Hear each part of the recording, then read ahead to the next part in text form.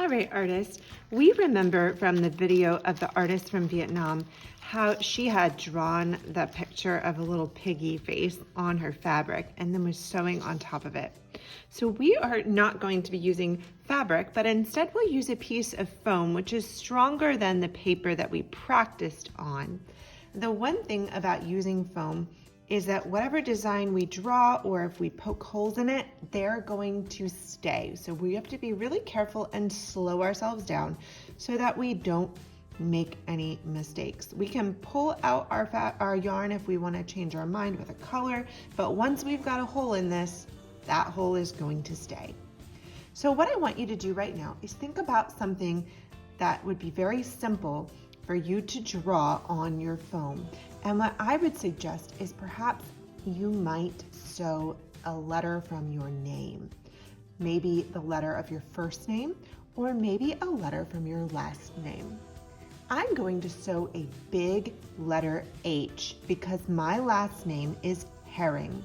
And letters are a really easy thing for us to start sewing with because they're made from straight lines and curved lines, which are the easiest things for us to sew right now.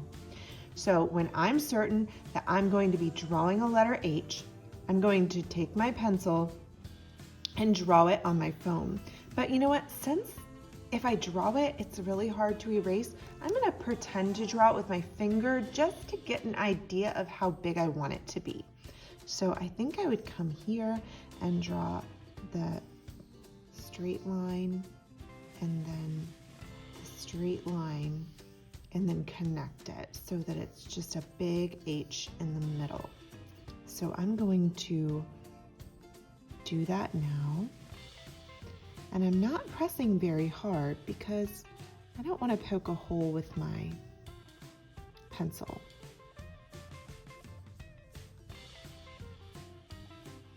Okay, if I finish this H and I decide that I want to maybe make a little border around the edge, I can do that later, but I don't need to draw it in right now. If you need to pause the video for a moment so that you can write a letter from your name, you can do that now. You can choose to draw something else, but again, drawing a letter from your name is a really easy thing for your first sewing project. You don't want to do anything too tiny or anything with too much detail yet. After you've drawn your letter in the middle of your piece of foam, I want for you to pick out what color thread you're going to use. I personally am going to use some blue and green to start with because I think they'll look really nice against this warm yellow background. You can choose whatever color you want from your bag. I'm going to start by threading my needle. I prefer not to use the slip of paper, but if using the slip of paper from yesterday worked really well for you, you can. Pinch, push, pull, leave a tail, and then my knot on the opposite end. Remember the steps? Make a little fish, lift the loop, push the end through.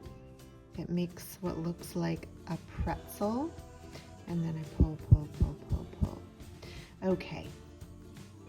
I don't want my knot to be on the front of my foam, so I'm going to lift it up. Remember, I've got whatever hand I write with is my sewing hand, and my other hand is my holding hand.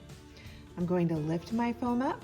I'm going to put my needle underneath, and I'm just going to feel for where my needle's poking. And you can kind of see that little bump.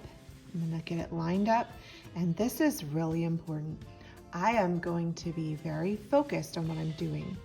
Not talking to my friends, not getting distracted by other things around me. Because if I accidentally poke my needle through right here, it will leave a hole on my foam that I won't be able to get rid of. So I'm making sure that I'm lined up with my line that I drew. And I'm starting to push very gently. I can see it starting to come up right there. You see that little shiny bump? And then I'm just going to push and twist. You don't have to push very hard, but you will need to push slightly harder than you did on that thin floppy paper yesterday. You'll push, push, push till the eye of your needle comes out. And then when you start to see the eye, you'll pinch it so that the yarn does not come off your needle. And pull it. Should I stop right there? No, because I haven't pulled it to my knot. You remembered, good. All the way to my knot and stop. My yarn is on top. My yarn and my needle are on top, so I won't be going around. I'm going to go back through the top. I don't want to make a big, huge stitch. I want them to be about as wide as my finger. So I'm going to go make sure, nope. I'm going to make sure I'm lined up with my line. Push, and you'll hear it kind of snap. Push, push, push till the eye of your needle disappears. Then grab it with your holding hand and pull it, pinching the eye so you don't lose your thread. And you're going to pull, pull, pull till your thread is flat. Okay? So again, my needle is under. It's on the underside. So I don't want to come around. I want to come up from the bottom.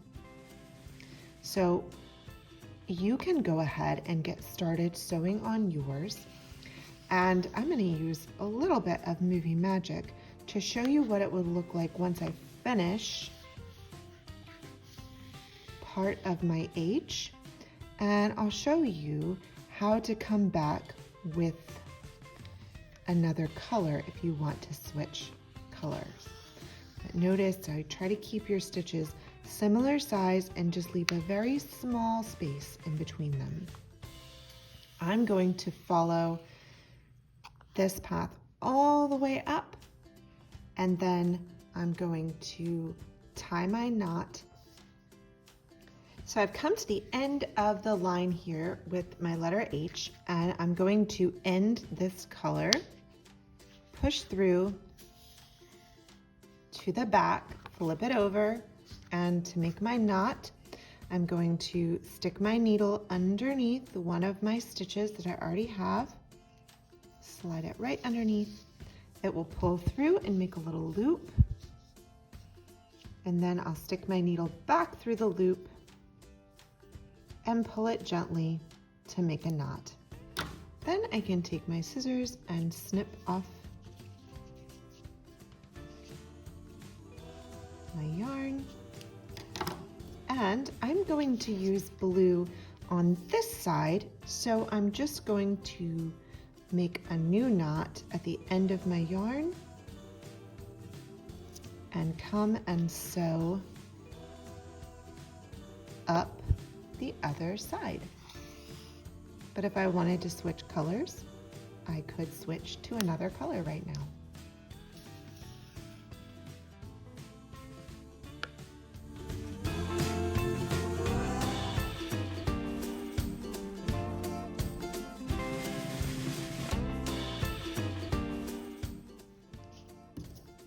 I'm going to switch colors and use a different color across the middle.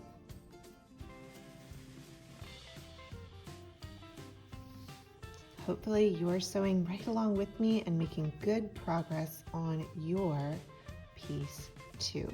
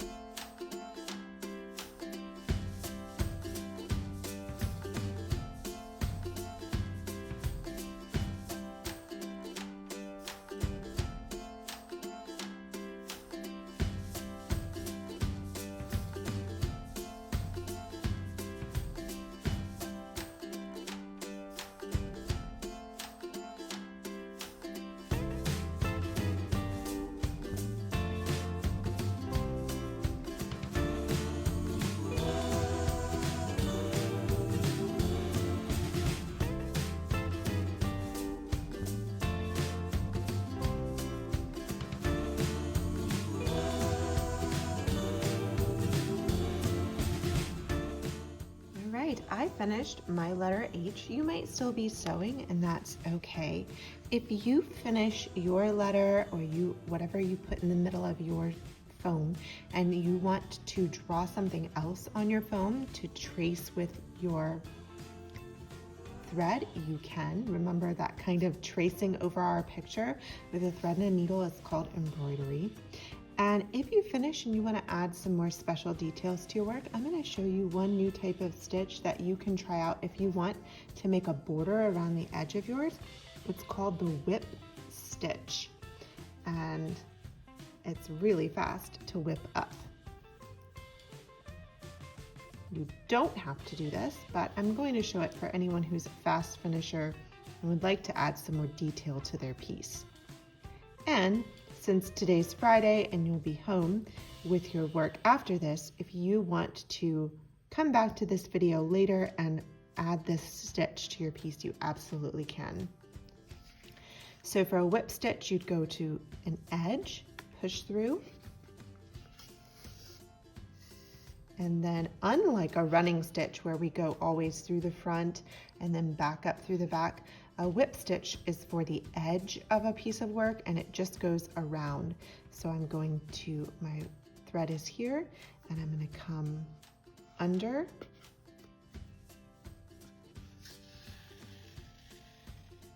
and then I'm going to come around and under,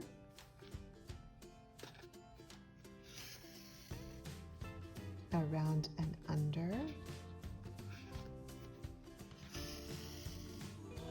around and under. So on the whip stitch, I'm always just coming from the bottom.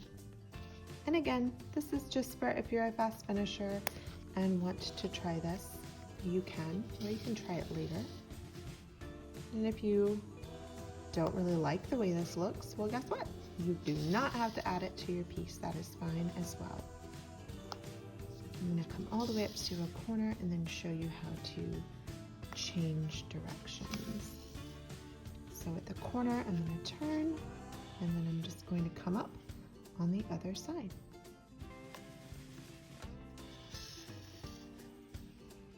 And I'm going to keep doing this until I need some new yarn. Again, this is a whip stitch and it's a way to add kind of a border to your piece. But if you don't like the way it looks, you do not have to add it to yours.